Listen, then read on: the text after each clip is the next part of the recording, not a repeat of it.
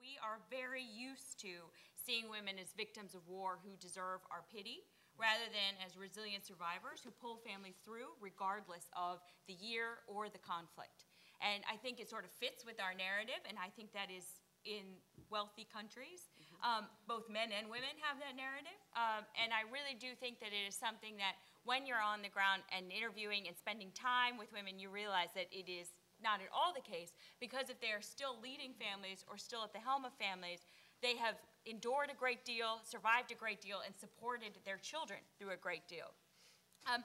There are a couple of things that, in terms of myths, that I always like to attack. The first one is that women as victims. The second is that they're not interested in business, right? So they are, these women are just taking care of their children. They're not interested in economic activity. Well, whether we classify it in wealthy countries as economic activity, what they're doing is supporting families and finding ways to feed their children. So we can call it whatever fancy term we'd like, but what they're doing is supporting families. And a lot of them are doing it with almost no help and with very little support. So I went to Bosnia in 2006 to do a story for the Herald Tribune about women-owned businesses and how they had played a role. And I interviewed a woman who had supported 14 members of her extended family in the final years of the Bosnian conflict because her husband was fighting and her son was injured. And she had started by squatting in a garage in Sarajevo, just sewing pillowcases, things like that, and then going to any market she could find and selling it. So today, she has a factory that employs about 26 women, all of whom, or at least most of whom, are sending their children to school. And she got her first bank loan about, I don't know, I think probably almost 10 years after she had actually started, because no bank would lend to her, because there's not a lot of risk capital in these places that are obviously unquestionably risky. Her first loan of 20,000 euro came from a woman in Spain she had cleaned houses for during the conflict. Because for all the money coming into these countries, particularly post-conflict, there was no money for women who wanted to start businesses. The other funny story about that particular visit was that I had gone to a number of multilateral agencies to try to, as journalists do you know women who own businesses? Is there anybody in particular I should interview? And I said, oh, well, we have some women selling cheese by the side of the road, but we don't really have women who own businesses. So that brings me to my third myth, which is that all women are in microfinance. It is a wonderful tool. Microfinance is terrific, but we really risk it becoming a female canal in which we only place women. It becomes a corner that is not the mainstream, and if you look at what causes GDP growth, it is not sustained investment in microfinance. It is a wonderful, wonderful subsistence tool. I've worked on it. I completely believe in it.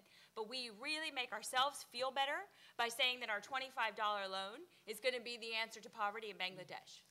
Now, and I mean this because what I'm saying is that these women on the ground there are really trying to make that leap, oftentimes from micro to the next step, right, to medium level, or very small business from very micro business. And there's so little support out there. So in Bosnia, I went to this multilateral gentleman who worked there, and I said, do you have any entrepreneurs I should interview? I'm looking for people who have, at least 3 to 5 employees, maybe more. It's a pretty fluid definition. It just depends on, what kind of revenues, et cetera. And he said, well, aside from the cheese lady who I already mentioned, we just don't have them. We don't have women who own small businesses here. And so when the story ran in the front page of the Herald Tribune business feature section for that weekend, I emailed it to him and said, just in case you're ever looking for women to interview, here are about 5.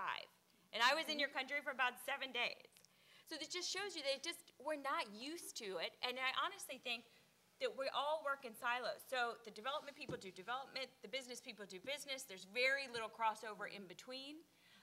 The policy people do policy, the economics people do economics, the right arm doesn't talk to the left, and we all say, oh my goodness, isn't that too bad that women aren't interested in these things? And spend a day and just ask a couple people, and you can usually find a few women who own businesses of varying scale.